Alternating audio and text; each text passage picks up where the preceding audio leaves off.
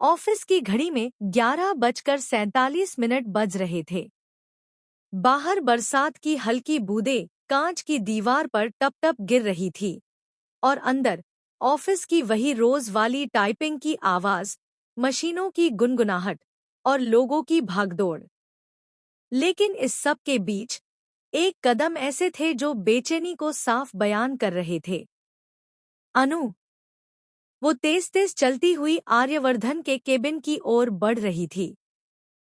उसके हाथ कांप रहे थे, सांसें तेज थी और आंखों में कुछ ऐसा था जैसे दिल भारी हो और दिमाग सवालों से भरा। उसने दरवाजा खोला, बिना दस्तक दिए।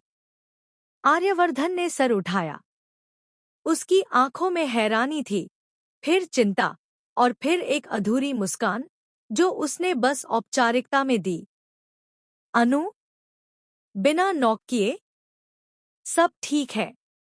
अनु ने कोई जवाब नहीं दिया। वो सीधा उसके सामने आकर खड़ी हो गई। एक लंबा सांस लेते हुए उसने कहा, सर, मुझे आपसे बहुत बहुत जरूरी बात करनी है। उसकी आवाज कांप रही थी। आर्यवर्धन कुछ बोलता उससे पहले उसका फोन बज उठा।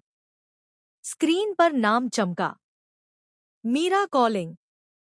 आर्यवर्धन ने स्क्रीन देखी, फिर अनु को।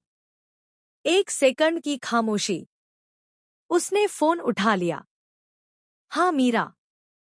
मैं। फिर उसने रुककर कहा, मैं तुम्हें बाद में कॉल करता हूं।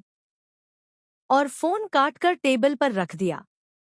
हाँ अनु, बोलो। लेकिन अनु का गुस्सा पहले ही बढ़ चुका था। उसकी सांसें और भी गहरी हो गई। सर, आजकल आप मुझे बिल्कुल टाइम नहीं दे रहे। और मुझे पता है कि आप किसके साथ बिजी थे। आर्यवर्धन चौंक गया। किसके साथ? अनु, तुम्हारा मतलब क्या है? अनु के गले से आवाज धीरे निकली। आप अच्छे से जानते हैं मेरा क्या मतलब है। पूरी केबिन में सन्नाटा फैल गया। एसी की ठंडी हवा भी एक पल को रुकती हुई महसूस हुई।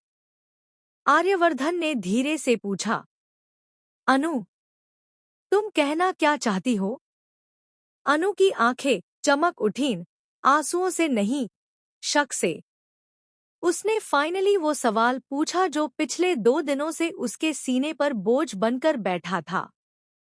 क्या आपके और मीरा मैम के बीच कुछ चल रहा है? कुछ सेकंड की खामोशी, जैसे हवा भी रुक गई हो।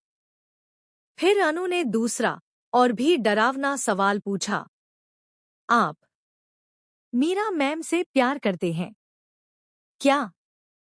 आर्यवर्धन की आंखों में गुस्सा कौंधा। नफरत नहीं, बस हैरानी और चोट की। अनु ने ऐसा कैसे सोच लिया? अनु, ये कैसी बातें कर रही हो तुम? क्या बकवास है ये? अनु के आंसू गिरने लगे, लेकिन वो रुकी नहीं।